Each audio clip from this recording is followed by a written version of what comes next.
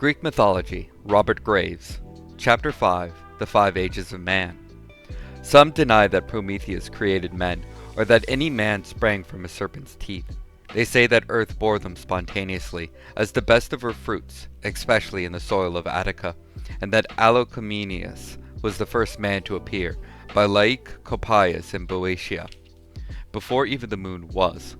He acted as Zeus's counselor on the occasion of his quarrel with Hera, and as a tutor to Athene while she was still a girl. These men were the so-called golden race, subjects of Cronus who lived without cares or labor, eating only acorns, wild fruit, and honey that dripped from the trees, drinking the milk of sheep and goats, never growing old, dancing and laughing much. Death to them was no more terrible than sleep. They are all gone now, but their spirits survive as genii of happy music retreats, givers of good fortune and upholders of justice. Next came a silver race, eaters of bread, likewise divinely created. The men were utterly subject to their mothers and dared not disobey them, although they might live to be 100 years old. They were quarrelsome and ignorant, and never sacrificed to the gods, but at least did not make war on one another.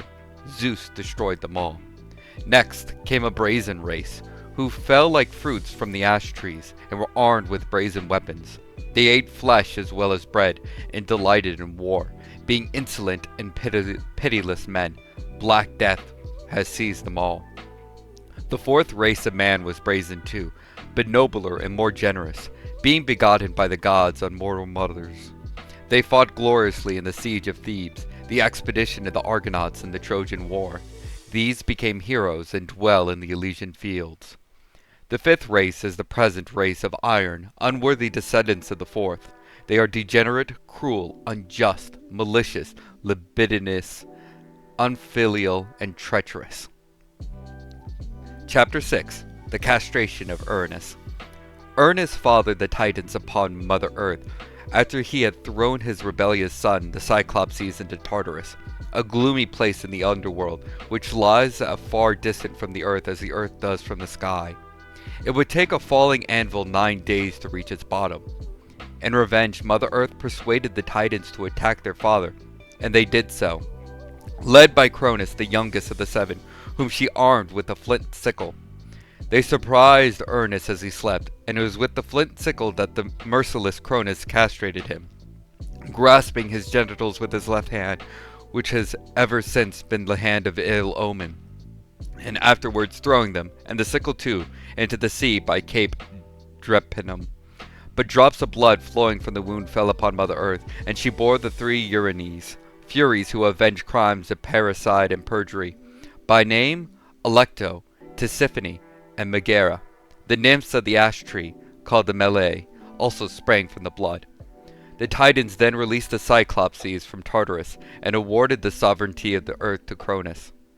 However, no sooner did Cronus find himself in supreme command than he confined the Cyclopses to Tartarus again together with the 100-handed ones, and taking his sister Rhea to wife, ruled in Elis. Chapter 7. The Dethronement of Cronus.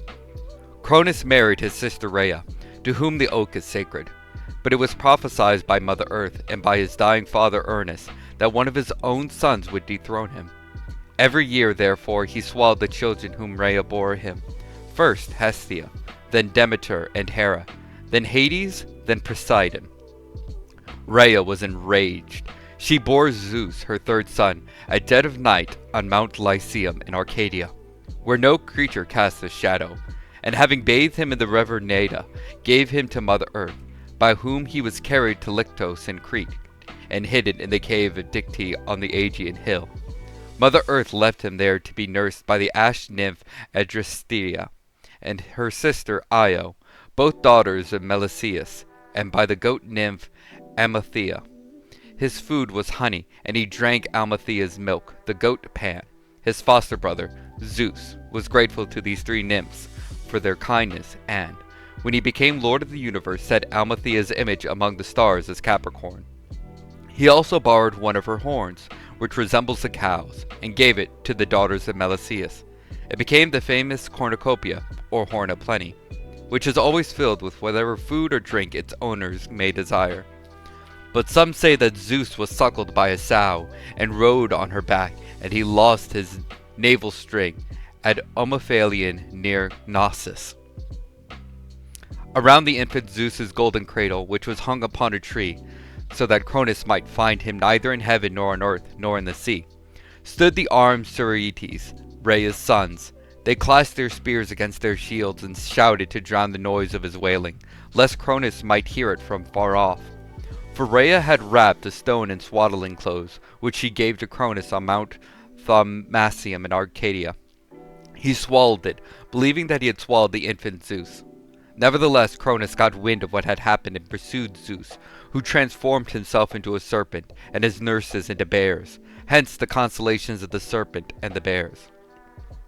Zeus grew to manhood among the serpent shepherds of Ida, occupying another cave, then sought out Metis the Titaness, who lived beside the ocean stream. On her advice he visited his mother Rhea, and asked to be made Cronus's cupbearer. Rhea readily assisted him in his task of vengeance. She provided the emetic potion, which Metis had told him to mix with Cronus's honeyed drink. Cronus, having drunk deep, vomited up the first stone, and then Zeus's older brothers and sisters. They sprang out unhurt and in gratitude asked him to lead them in a war against the Titans, who chose the gigantic Atlas as their leader, for Cronus was now past his prime. The war lasted 10 years, but at last Mother Earth prophesied victory to her grandson Zeus, if he took as allies those whom Cronus had confined in Tartarus. So he came secretly to camp the old Galaresses of Tartarus, killed her, took her keys, and having released the Cyclopses and the 100-handed ones, strengthened them with divine food and drink. The Cyclopses thereupon gave Zeus the thunderbolt as a weapon of offense, and Hades a helmet of darkness, and Poseidon a trident.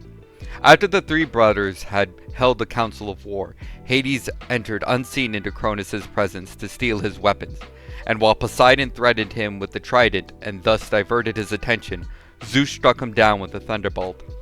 The 300-handed ones now took up rocks and pelted the remaining Titans, and a sudden shout from Goatpan put them to flight.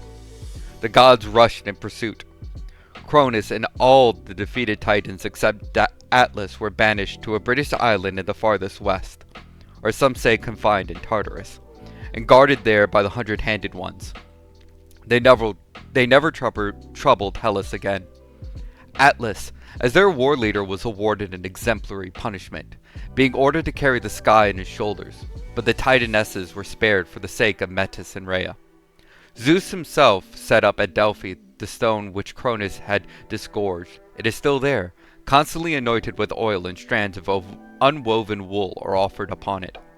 Some say that Poseidon was neither eaten nor disgorged, but that Rhea gave Cronus a foal to eat in his stead, and hid him among the horse herds. And the Cretans, who are liars, relate that Zeus is born every year in the same cave with flashing fire and a stream of blood, and that every year he dies and is buried. Chapter 8. The Birth of Athene. According to the Peloponnesians, the goddess Athene was born beside Lake Tritonosus in Libya, where she was found and nurtured by the 3 nymphs of Libya, who dressed in goatskins. As a girl, she killed her playmate Pallas by accident, while they were engaged in friendly combat with spear and shield, and in token of grief, set Pallas's name before her own. Coming to Greece by way of Crete, she lived first in the city of Athene by the Boeotian river Triton. Chapter 9. Zeus and Metis. Some Hellenes say that Athene had a father named Pallas, a winged goatish giant, who later attempted to outrage her, and whose name she added to her own after stripping him of his skin to make the Aegis, and of his wings for her own shoulders. If indeed the Aegis was not the skin of Medusa the Gorgon, whom she flayed after Perseus had decapitated her. Others say that her father was one Itonus, a king of Iton and Phthiotis, whose daughter Idama she killed by accidentally letting her see the Gorgon's head, and so changing her into a block of stone when she trespassed in the precinct at night. Still others say that Poseidon was her father, but that she disowned him and begged to be adopted by Zeus, which he was glad to do. But Athene's own priests tell the following story of her birth. Zeus lusted after Metis, the Titaness, who turned into many shapes to escape him until she was caught at last and got with child. An oracle of Mother Earth then declared that this would be a girl child, and that if Metis conceived again, she would bear a son who was fated to depose Zeus. Just as Zeus had disposed Cronus, and Cronus had disposed Ernest.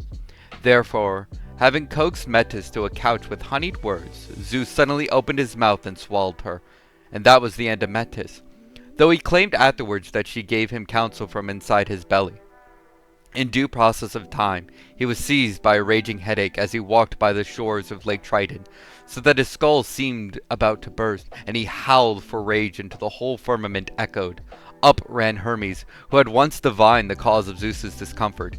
He persuaded Hephaestus, or some say Prometheus, to fetch his wedge and beetle and make a breach in Zeus's skull, from which Athene sprang fully armed with a mighty shout. Chapter 10. The Fates. There are three conjoined Fates, robed in white, whom Erebus begot on night, by name Clotho, Lacus, and Atropos. Of these, Atropos is the smallest in stature, but the most terrible. Zeus, who weighs the lives of men and informs the fates of his decisions, can, it is said, change his mind and intervene to save whom he pleases, when the thread of life, spun on Clotho's spindle, and measured by the rod of Lacus, is about to be snipped by Atropos' shears. Indeed, men claim that they themselves can, to some degree, control their own fates, by avoiding unnecessary dangers. The younger gods, therefore, laugh at the fates, and some say that Apollo once mischievously made them drunk in order to save his friend Admetus from death. Others hold, on the contrary, that Zeus himself is subject to the fates, as the Pythian priestesses once confessed in an oracle, because they are not his children, but parthenogeneous daughters of the great goddess Necessity, against whom not even the gods contend, and who is called the strong fate. At Delphi only two fates are worshipped, those of birth and death, and at Athens Aphrodite Urania is called the eldest of the three.